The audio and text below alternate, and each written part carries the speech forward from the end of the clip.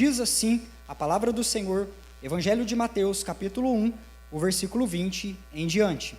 José, filho de Davi, não temas receber Maria, tua mulher, porque o que nela foi gerado é do Espírito Santo. Ela dará à luz um filho, e lhe porás o nome de Jesus, porque ele salvará o seu povo dos pecados deles. Ora, tudo isso aconteceu para que se cumprisse o que fora dito pelo Senhor por intermédio do profeta: eis que uma virgem conceberá e dará à luz a um filho, e ele será chamado pelo nome de Emanuel, que quer dizer Deus conosco. Quero que você repita comigo esta sentença, queridos. Emanuel, que quer dizer Deus conosco. Amém? Vamos avançando as páginas das Sagradas Escrituras, da Palavra de Deus, para o final do Evangelho de Mateus, onde agora Jesus está enviando os seus discípulos na grande comissão. Mateus capítulo 28, o versículo 16. Diz assim: seguiram os 11 discípulos para o mar da Galileia, para o monte que Jesus lhes designara. E quando o viram, o adoraram, mas alguns duvidaram. Jesus, aproximando-se, falou-lhes, dizendo: toda autoridade me foi dada no céu e na terra. Ide, portanto, fazei discípulos de todas as nações, batizando-as em nome do Pai, do Filho e do Espírito Santo, ensinando-os a guardar todas as coisas que vos tenho ordenado. E eis que estou convosco todos os dias, até a consumação do século. Amém, queridos? Glória a Deus. Você disse, Emanuel, Deus conosco. Você fez assim, provavelmente. Agora, alegremente, olhe para a pessoa que está do seu lado, dê esta boa notícia e diga para ele: o Senhor Jesus está com você todos os dias, até a consumação dos séculos. Amém? Glória a Deus. Queridos, existe uma promessa da parte de Deus, o nosso Pai, uma promessa de vida plena, estabelecida por Deus, o Pai, uma promessa empenhada de uma palavra de Deus, o Deus Todo-Poderoso, empenhada à sua família, desde Abraão, quando Deus ele desceu lá atrás, no começo de tudo, em Gênesis 12, e ele encontrou com Abraão, o ancestral ali do povo de Israel, e ele chega até Abraão e ele faz uma promessa de que em Abraão, através da linhagem daquele pai da fé, todas as nações da terra seriam abençoadas. As nações da terra estariam debaixo da sombra do Onipotente. Desde Abraão até nós, Deus tem aberto as portas da vida para que os seus filhos passem e vivam a realidade do reino dos céus. Jesus, ele é o cumprimento e a continuação da história de Deus, a história de Deus o Pai e da sua família da fé. E o Evangelho, queridos, ele nos mostra Cristo. A palavra de Deus, os Evangelhos, eles nos apontam Jesus, o Cristo, e este Cristo nos aponta a vida e vida com abundância. Olhando para a palavra de Deus, ele diz: um menino irá nascer. Ele se refere a José: olha, este menino que nascerá, ele deverá ter um nome que diz respeito à sua natureza. O nome dele, um dos nomes do Messias, um dos nomes de Jesus é Emanuel, que traduzido quer dizer Deus conosco, Deus dentro do barro, Deus dentro do vaso, Deus conosco, a presença de Deus revelada aos seres humanos. Ele é o Messias da linhagem de Davi. Jesus é o novo Moisés, Jesus é o Filho do homem. Quando Deus ele fez uma promessa a Abraão, entenda você, que ele escolheu essa casa, que ele escolheu essa linhagem, que ele escolheu essa família, e desta linhagem de Abraão, com o passar do tempo, veio a família do rei Davi, veio a linhagem do rei Davi, a linhagem dos reis de Judá, e Jesus agora nasce desta linhagem real. Acontece aqui aquilo que nós chamamos de encarnação, não é a reencarnação. Reencarnação é uma doutrina maligna e deve ser confrontada, combatida, porque uma vez que Jesus morreu, e ao morrer Jesus Cristo nos tornou perfeitos, Não existe necessidade nenhuma de que nós venhamos a voltar nessa terra e reencarnar para sermos aperfeiçoados pelos processos da vida, uma vez que Jesus, quando enviou o Espírito Santo para dentro do seu coração, já te tornou perfeito. Você é perfeito, assim como Jesus Cristo é, conforme esta natureza conquistada na cruz do Calvário. Queridos, ele encarna. O que significa encarna? Jesus, Deus, ele desce e entra dentro de uma carne humana, um óvulo, a saber, doado pela Virgem Maria. Maria tinha aquele óvulo no seu ventre. Maria, virgem, uma adolescente ali daquele vilarejo, ela estava agora sendo escolhida por Deus para gerar o Salvador conforme as profecias. E ela oferece aquilo que é humano, a carne, o vaso de barro, a fragilidade do barro que é este ser carnal que nós temos. Ela oferece o óvulo, ela oferece o recipiente, ela oferece o vaso, ela oferece o barro, a qual Emanuel haveria de encarnar, entrar dentro. E Jesus, sendo Deus Todo-Poderoso, conforme Colossenses nos aponta, ele, juntamente com o Pai, criou todas as coisas. Lá em João capítulo 1, nós vemos que pela palavra do seu poder, as coisas vieram a existir. Jesus estava no começo de tudo. O próprio Jesus foi aquele que criou Maria, aquele que criou José, aquele que criou cada um dos filhos de Israel, aquele que criou a natureza, aquele que criou e ordenou o cenário e o momento especial para que ele viesse à existência nessa terra. Jesus, ele chega no momento especial, no momento da maior explosão demográfica do mundo antigo, quando Roma está dominando tudo. Agora tudo era muito avançado, o correio de Roma, as estradas romanas, a tecnologia de Roma. Logo em seguida você se lembra lá das aulas de história, queridos, que começam as grandes navegações, os navios levando pessoas para todos os lados. Então Jesus, ele chegou na hora certa, no momento em que houve uma explosão de pessoas povoando o mundo afora. E agora Jesus, ele prepara todo esse cenário e ele diminui. A Bíblia diz que ele esvaziou-se da sua glória, queridos. Ele se tornou tão pequenino. Gosto de usar esta figura quando estou falando com as crianças, né? E quando eu estou falando com as crianças, eu digo que Jesus esvaziou-se da sua glória. E ele se tornou tão pequenininho até caber dentro de um óvulo de uma mulher chamada Maria. E ali, ele cabe dentro daquele óvulo, ele nasce, queridos, 100% homem, 100% Deus. A semelhança do simbolismo que a Arca da Aliança projetou para dentro do Novo Testamento, quando Deus ordenou, faça esta arca, coloque ela no Santo dos Santos, mas faça a Arca da Aliança de dois materiais. Use as folhas de ouro, mas use também a madeira de acácia.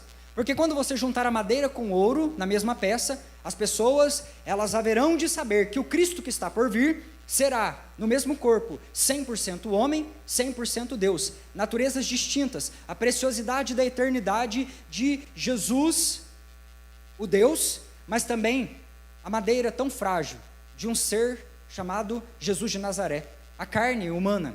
E assim, queridos, ele vem, Jesus nasce, se apresenta para cumprir a vontade de Deus. A Bíblia diz que o menino nasceu, um filho se nos deu, Deus conosco, Deus dentro do barro, Emanuel. Mas olha que coisa maravilhosa, queridos.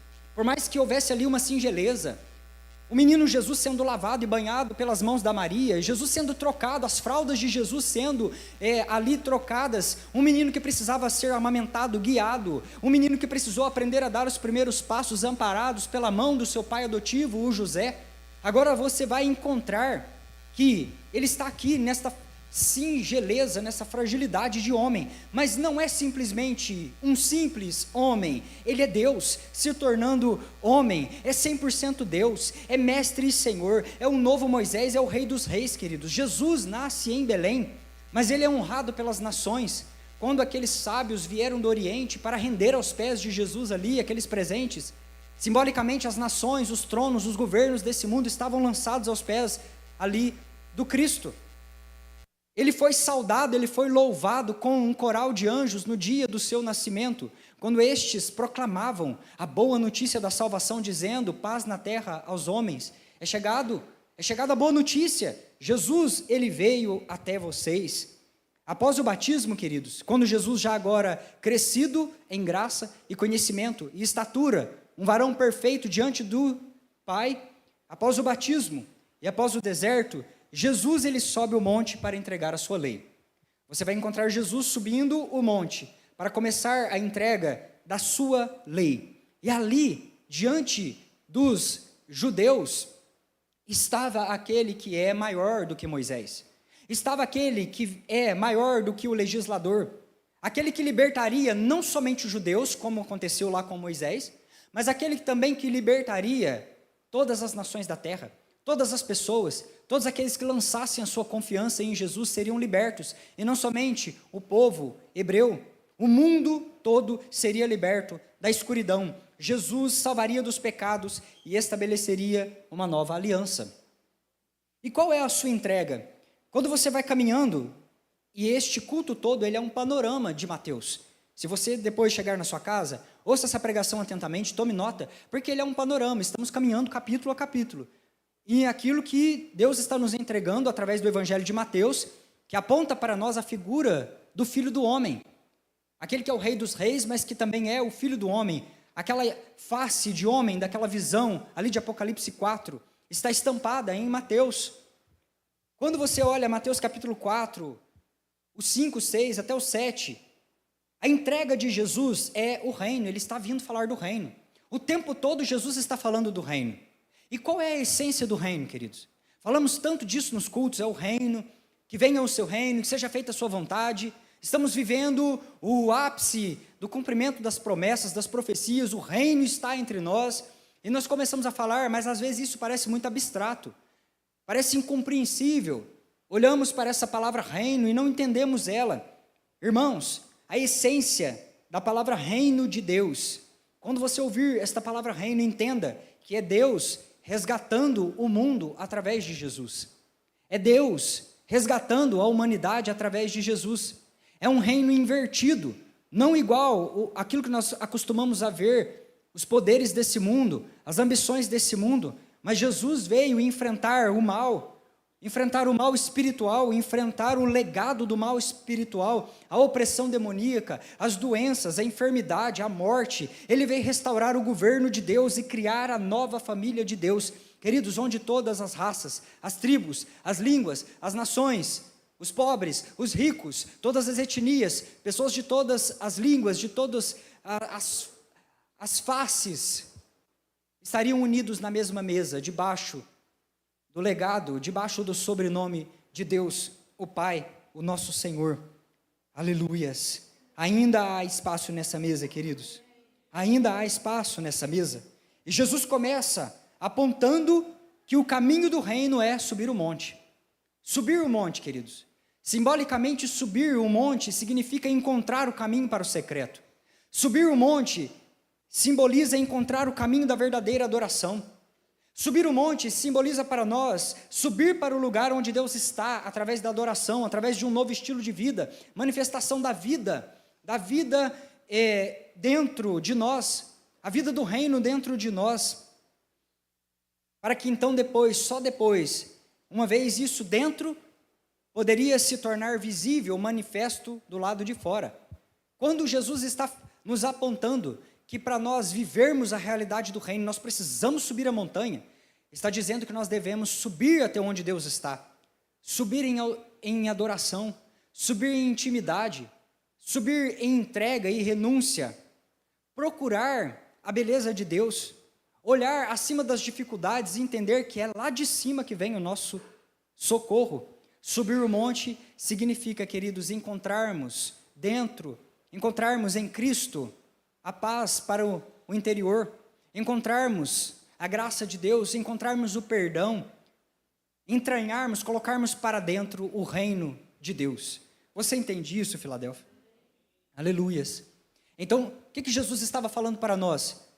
A verdadeira mudança começa aqui. Várias vezes Jesus confrontou a mudança só de fachada. Várias vezes Jesus bateu de frente com aqueles estudiosos daquela época, que eles caiavam o lado de fora, passavam uma tinta do lado de fora, e as pessoas olhavam e falavam, puxa, mas está belo do lado de fora, mas por dentro Jesus sondava e via que havia apenas ossos apodrecidos, havia morte dentro daqueles corações. Jesus confrontou muito isso, e ele dizia que a verdadeira mudança começa do lado de dentro primeiro. E quando isso é um impacto, quando você sobe o monte e encontra Deus na adoração, no estilo de vida cristocêntrico, no estilo de vida realmente que acontece uma mudança, as estruturas interiores elas são chacoalhadas, queridos, então aí de fato o reino de Deus ele chegou até nós. De fato começou uma mudança, porque tudo aquilo que muda do lado de dentro começa a ter uma manifestação do lado de fora. Nós só iremos colocar para fora o reino que Jesus ele tem insistentemente colocado do lado de dentro através da manifestação do Espírito Santo de Deus. Aleluias! E Mateus, do 8 ao 10, ele prossegue dizendo que a manifestação da vida iniciaria dentro, para depois se tornar visível. Quando você olha para as páginas da Bíblia, o poder miraculoso traz o reino para a vida prática, para o dia a dia das pessoas.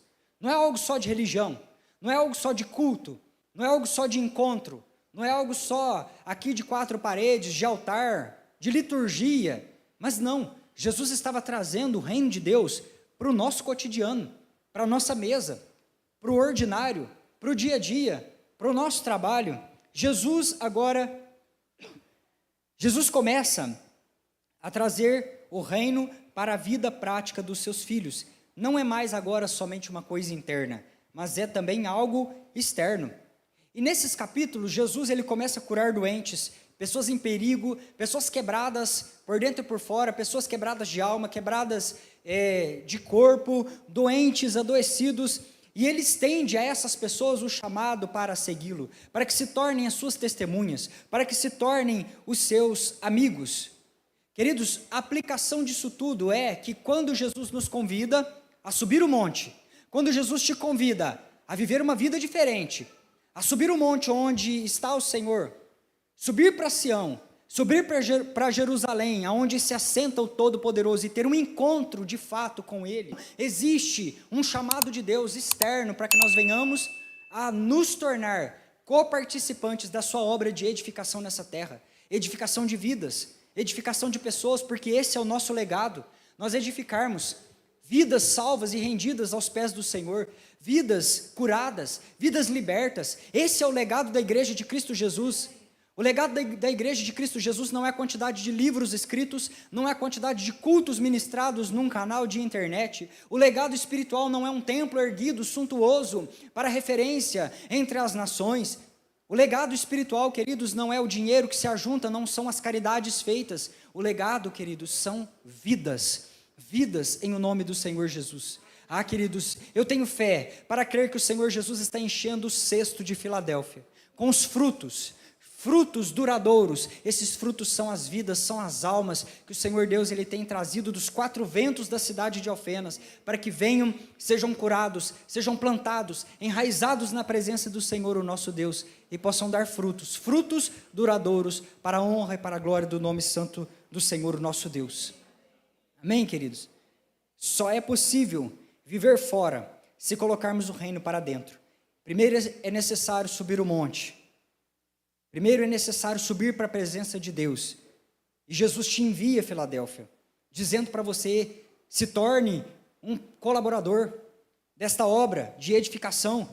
Isso, quero traduzir para você, para que você entenda. Jesus está dizendo para você, manifeste o reino por onde você passar. Manifeste o reino de Deus. Muitos reagirão de forma positiva e virão.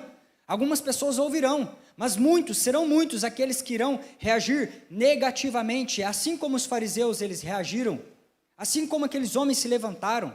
Mas entenda que quando Jesus estava lançando as sementes, entenda que enquanto Jesus estava pregando o evangelho do reino, enquanto Jesus estava curando as pessoas, enquanto Jesus estava enviando os seus discípulos de 2 a 2 naquela missão para curar os enfermos, libertar os cativos, expelir os demônios, enquanto Jesus estava anunciando, é chegado o reino, é chegado, a boa notícia da salvação é que o Pai ama vocês e Ele está chamando cada um de volta para a mesa. Enquanto Jesus estava ali falando, muitas almas se rendendo, muitos pecadores convertendo, muitas pessoas se alinhando e voltando para a presença do Pai, havia grande multidão que reagia de forma negativa. Queridos, e Jesus? O que Jesus fazia na hora que Ele estava sendo perseguido? O que Jesus fazia quando ele estava sendo criticado, queridos, Jesus ele não se abalava diante das críticas, das calúnias. Jesus não se abalava diante do cancelamento desse mundo. Isso é um exemplo para nós, para que nós venhamos a permanecer como ele, enquanto nós estivermos andando e semeando a palavra de Deus, ainda que seja com lágrimas. Sabe o que Jesus ele fazia enquanto ele estava pregando a palavra? Sabe o que Jesus, como que Jesus se comportava? Jesus se concentrava na mensagem do capítulo 13 de Mateus. O reino é de um valor inestimável. O reino de Deus é superior. A vida do reino é de um valor altíssimo. A vida do reino é maior que crítica. O reino de Deus é maior que cancelamento. O reino de Deus é maior que provação, queridos. Queridos, quantas vezes nós entramos num culto como esse e deixamos a doença roubar o lugar de Jesus, e deixamos as preocupações roubar o lugar de Jesus, deixamos roubar a escassez roubar o lugar de Jesus. Os nossos olhos estão fixos em Jesus, nós estamos bebendo desta presença e nada vai nos abalar. Nós sairemos daqui felizes, regozijando, porque o culto foi maravilhoso, porque Jesus estava na casa, Jesus estava no nosso meio. Nada pode roubar. Esquecemos as nossas preocupações. Não tem doença, não tem dor que venha roubar a presença de Jesus de nós. Nós nos levantamos ainda com dor e nós louvamos ao Senhor.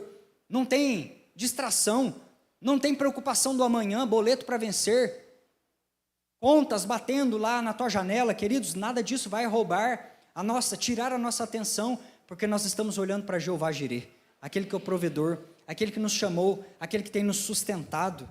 O reino é de valor inestimável, como um tesouro escondido. Olha, havia uma turma ali malhando Cristo, havia uma turma ali armando ciladas para ele, tinha uma turma ali em volta, armando um tanto de armadilha para pegar ele, várias pegadinhas para ver se Jesus caía, e eles tinham algo para incriminar a Jesus. Enquanto eles estavam ali ao redor, cheio de fúria, cheio de crítica, muitas das vezes com pedras e paus ali escondidos para vir para cima de Jesus, Jesus estava concentrado no reino. Olha, o reino é um tesouro escondido. O reino é uma pérola singular. O reino de Deus é uma semente preciosa que encontra abrigo, um berço no coração de uma terra fértil. O reino de Jesus é como um grão de mostarda, que é tão pequeno, uma semente tão singela, mas que cresce, avança, os seus galhos se estendem, dá sombra para a humanidade. O reino de Deus, ele cresce, ele avança, independentemente dos obstáculos que vierem se colocar na frente dele. Amém, queridos? Não tem coliseu, não tem leão, não tem perseguição, não tem império nenhum que venha, não tem gigante. O reino de Deus avança, o reino de Deus prossegue. A igreja de Cristo Jesus, ela avança vitoriosamente. Ante o envio do Cristo, não tem oposição, não tem resistência. Mateus capítulo 14 ao 20 diz que havia ali diferentes expectativas, pessoas, cada um num lugar, lançando no Cristo expectativas diferentes. Olha, queridos, uma coisa, preste muita atenção nisso. Se tem uma coisa que vai nos tirar da caminhada, nos tirar do foco, é a expectativa errada. Se tem uma coisa que vai, muitas das vezes, fazer a gente ficar frustrado ao longo da caminhada, é a expectativa errada.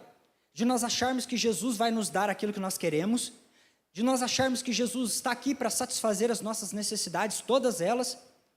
Às vezes o nosso plano, na nossa cabeça, é tão pequeno, é um plano tão fútil, queridos, e nós achamos que Jesus tem a obrigação de satisfazer aquelas vontades, quando Ele tem um plano melhor, quando Ele tem um processo para as nossas vidas, para nós passarmos junto com Ele. E nós começamos a criar expectativas que Deus não tem obrigação de sustentar e de suprir. E é por isso que nós frustramos, largamos Jesus, abandonamos a fé, abandonamos a igreja, porque lançamos expectativa nos irmãos, no reconhecimento uns dos outros, naquilo que nós achávamos que a família deveria fazer e não é obrigação da família fazer, naquilo que nós achávamos que é obrigação do esposo e da esposa fazer, ou do filho suprir aquele vazio emocional e não é obrigação dos filhos. Nós lançamos expectativa em carreira, lançamos expectativa no dinheiro, nas perspectivas desse mundo, no governo e naquilo que ele prometeu lá na sua campanha, e nós vamos ficando frustrados ao longo do caminho, queridos. Mas entenda que nessa época aqui também, havia pessoas com expectativas diferentes pessoas que viam Jesus de maneira diferente. Alguns achavam que ele era um político salvador. A maioria das pessoas achava que Jesus era um governante político que iria salvar a vida deles da escravidão de Roma.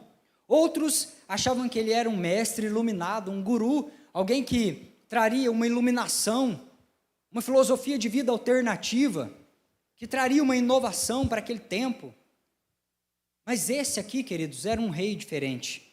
Um rei que sofreria, um rei que morreria, e morrer é algo característico do ser humano, não é? Somente seres humanos morrem.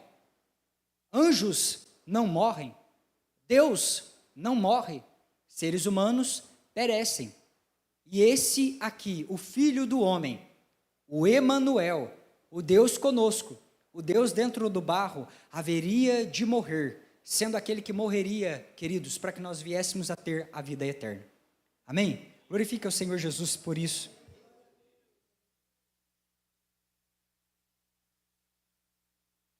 Aleluias.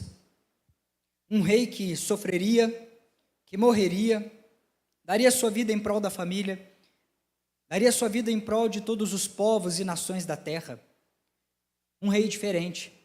Não pegaria as armas daquele tempo, não convocaria um exército, mesmo na cruz não chamaria um exército, miríades de anjos para o socorrer ali, mas ele encararia o poder da morte e venceria a morte, queridos, sendo aquele, a amostra, o eleito, sendo uma amostra federal da humanidade, para ser crucificado ali no nosso lugar, para receber a ira de Deus, o fogo, para passar como um pão, ali no fogo da ira de Deus e ser assado, e ser partido e moído pela humanidade, para a semelhança do Cordeiro Pascal, passar ali no fogo da ira de Deus, sendo consumido, sendo assado no nosso lugar.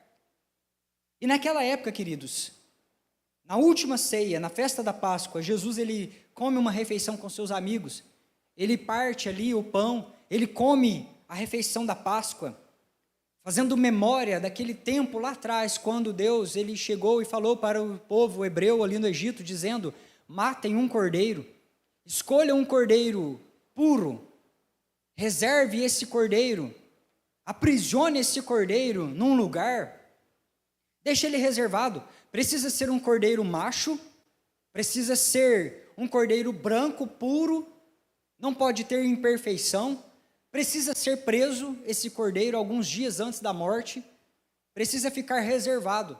Mas quando o momento chegar, pegue esse cordeiro, olhe para ele, se identifique com ele, corte a garganta deste cordeiro e deixe que o sangue escorra. O sangue precisa ser vertido. Mas esse sangue não pode simplesmente ficar vertido, derramado, acumulado dentro de uma tigela.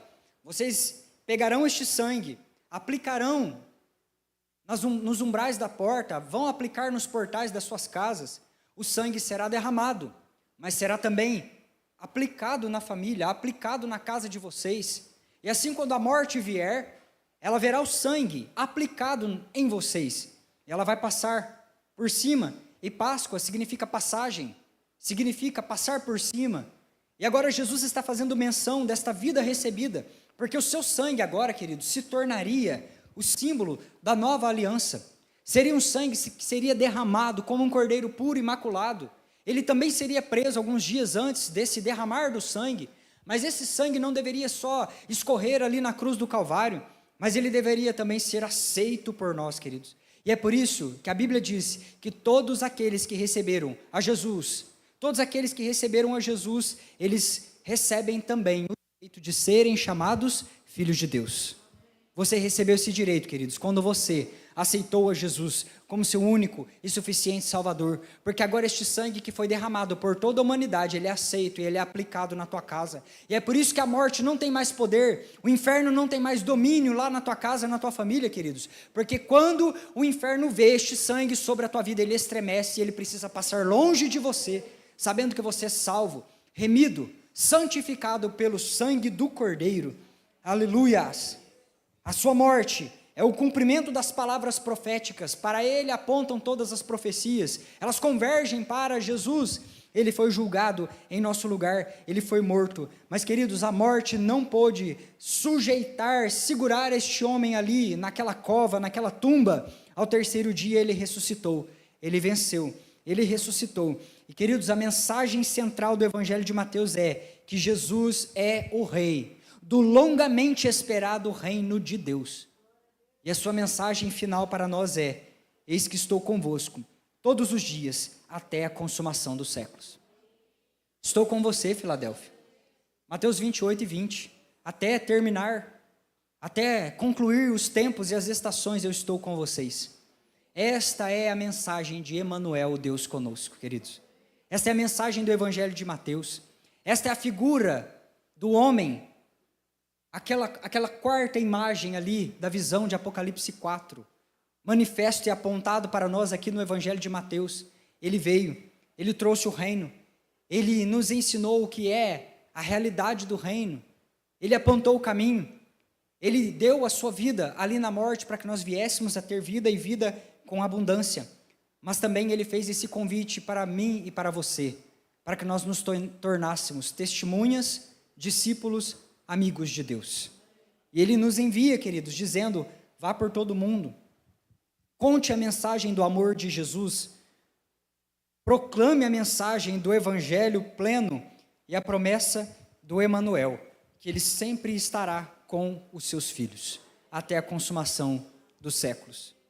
Queridos, Jesus morreu, e ele herdou, e ele recebeu das mãos do Pai todo o poder, no céu, na terra, embaixo na terra. Não existe nome superior ao nome de Cristo Jesus. Ele é, queridos, o vencedor, ele é o campeão, ele é o Deus Todo-Poderoso, ele é o vencedor, ele é o Senhor da tua vida, da tua casa, da tua família, queridos. Aleluia, glorifique ao Senhor Jesus, exalte a presença do Senhor Jesus. Ele está conosco, queridos, até a consumação dos séculos. Ele é poderoso,